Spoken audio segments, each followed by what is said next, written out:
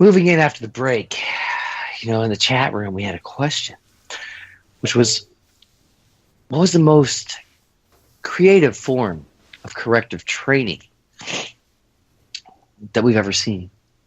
So I've got some good ones because I was kind of known for being the soul taker of corrective training. But we're going to start with Chris, because Chris said that he saw one. He had corrective training for not having his rules of engagement card on a QRF mission. Chris, please elaborate. Okay, so we get called out on a QRF mission, which turned out to be some other private lost his 9mm, and we had to go and find the damn thing. Oh, great. That was kind of crazy. But so we get out there, and we're coming back in, and the C7 looks back at me. He's like, "Hey, does everybody have their gear?" And we're like, "Yeah, we're good. I mean, we didn't drop our shit." And then he's like, "Pull out your engagement cards," because we're supposed to keep them in our top breast pocket. Well, I didn't have mine. So when we got back, I had to stand guard over the whiteboard for 12 hours. It's funny for two reasons. One, you bring up losing a 9mm, which brings me into a great story. But two, you bring up having to be checked for this rules of engagement card. And see, everyone gave me some shit when I was in Afghanistan because I hated ISAF.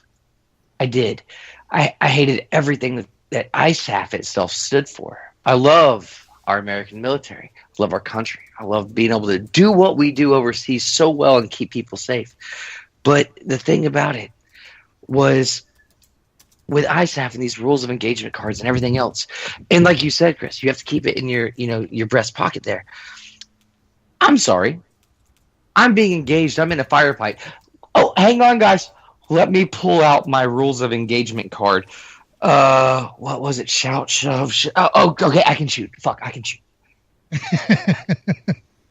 I'm just saying that shit was stupid to me. I never checked my guys. Don't get me wrong. You always want to do proper PCCs and PCIs, but that was the last thing I was looking for. Oh, do you have your rules of engagement card? I don't give a fuck. I used mine for toilet paper. I was out one mission. I'm just saying. And sometimes you got to use what you have. Had a bad MRE. Those happen. They're like bad shots. Bad MREs happen. They do. Garrett, worst corrective training? Worst corrective training. And you cannot use the 9mm story. Of course I won't. That's all you.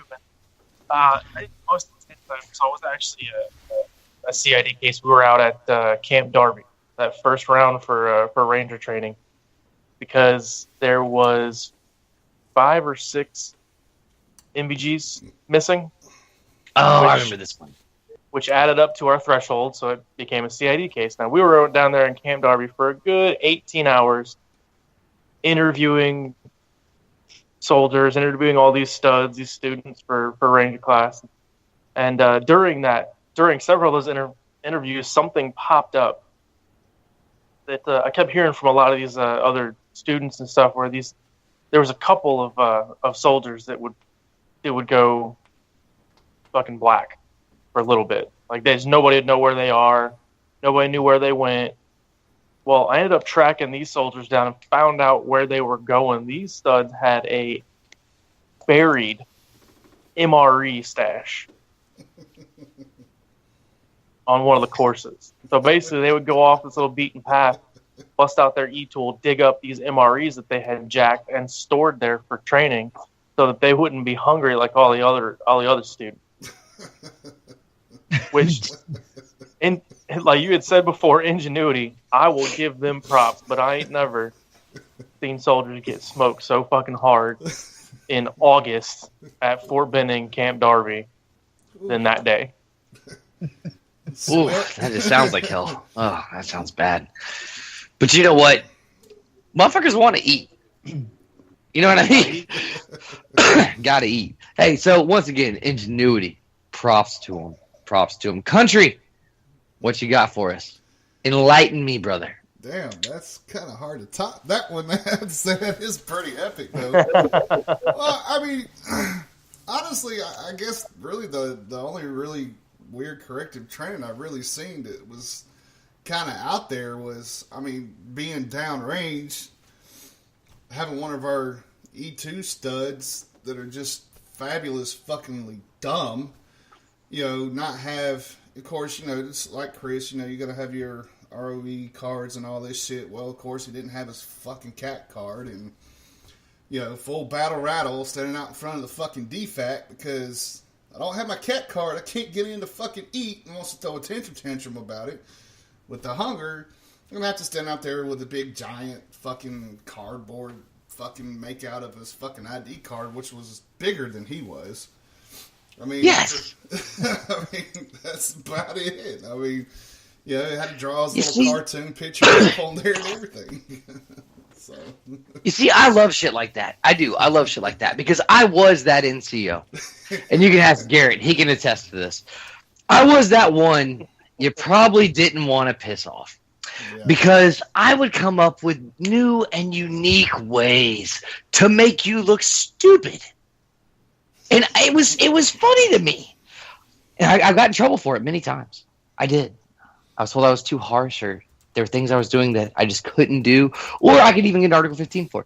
Like, if you were late to my formation, I would put a wall clock on 5-ton chains, and I would make you wear it all over post. Anywhere you went for that day, you had to wear it. Okay. Flavor Flav didn't have shit on them. Oh, dude, I'm telling you, and these are. Just, I'm not going to go into my super creative ones. We're going to do a whole show about this. So thank you, Randall. One day we're going to do a whole show about this. But I'm going to go into some general ones I had. So if you were late to my formation, of course, you got the 5-ton chains. Okay. If you did not show up to my formation and you were hungover or you were asleep, I was bringing a squad-sized element into your room with a bullhorn. And yes, we were going to torture you. And then you were going to low crawl from that point. That was one of my favorites, was a low crawl. You're going to low crawl from your barracks all the way up to wherever we were. If we were in the company area, the motor pool, the battalion area, you're going to low crawl to that point in full kit and gear. And everyone else is going to watch you and walk beside you and laugh at you and ridicule you while I'm yelling at you and continually, trying to steal your soul. And I'm just saying, dude, that's just how I roll. Also, if I had once again, overseas, people want to say, oh, you can't really do a lot of corrective training overseas. Hold my fucking beer. Shit. Walk into a tent. You got a fucking stinky motherfucker. We all had them. You all got that stinky motherfucker overseas. You know what I mean? Well, I break out a tape measure, and I just go around. I'm measuring out their whole tent. Soldiers looking at me like, man, what's RNG doing, man? What the fuck is he doing with a tape measure? Why is he measuring our shit? That I'm sitting there with a shit-eating grin on my face the whole time, measuring everything out, writing it down in my book. I'm like, all right, got it. Writing my little leader book. You remember the green books? They all NCOs carry your leader book? Writing everything out, making a diagram. Go outside, get some engineer tape. Run it. Exact areas, just like their tent set up. Give them 2 hours. Move all your shit outside. Set it up exactly like it is in here. Go down to the DFAC, you know what I mean?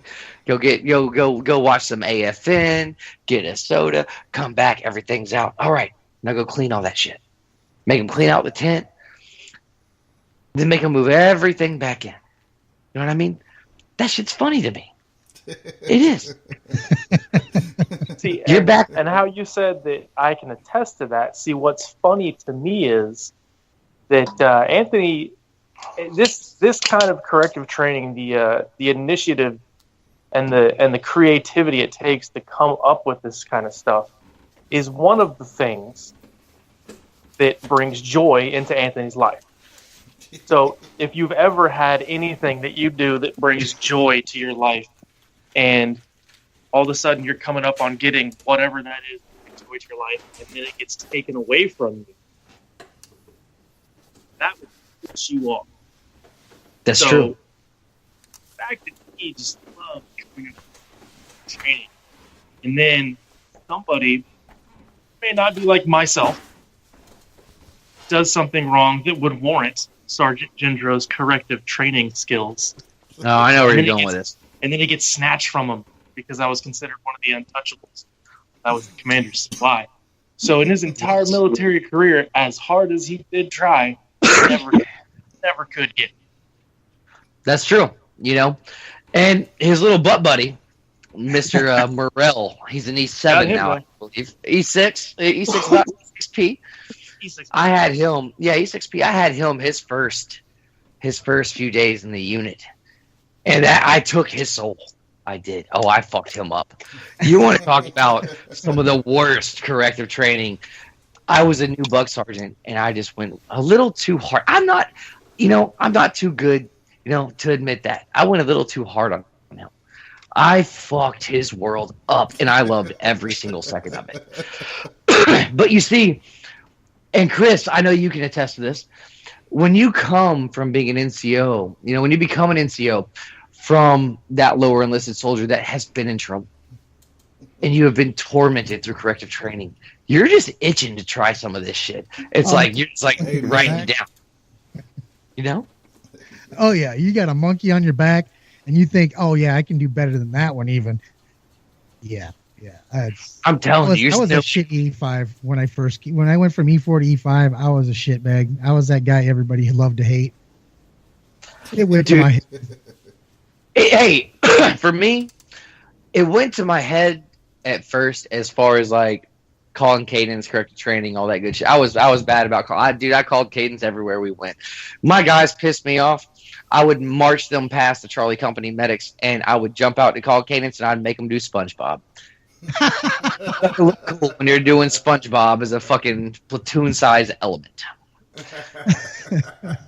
I got in trouble once it was at Fort Indiantown Gap, and we were over there doing kind of like a JRTC type prep, and I took a company size element, and they made us march everywhere just like we were anywhere else, you know what I mean, and call cadence, try to build camaraderie, all that good shit. So I was pretty decent at calling cadence, so they always called me out there to do it. So one night we were dropping off the females at the female barracks. We had a few medics with us, and there was the whole barracks full of medics. I had a company element literally cat calling a medic barracks. It was a make thing. I'm telling you, there is no better feeling as a young E5 than when you get called into the sergeant major's office on a semi-deployment. You know what I mean? You're out at annual training type stuff, and you get in trouble for catcalling a medic barracks with a company size element. I'm sorry, that's just, you can't tell me I'm not good at calling cadence. I just did that and got away with it. You know That was a fun training too. That entire training rotation was a shit show.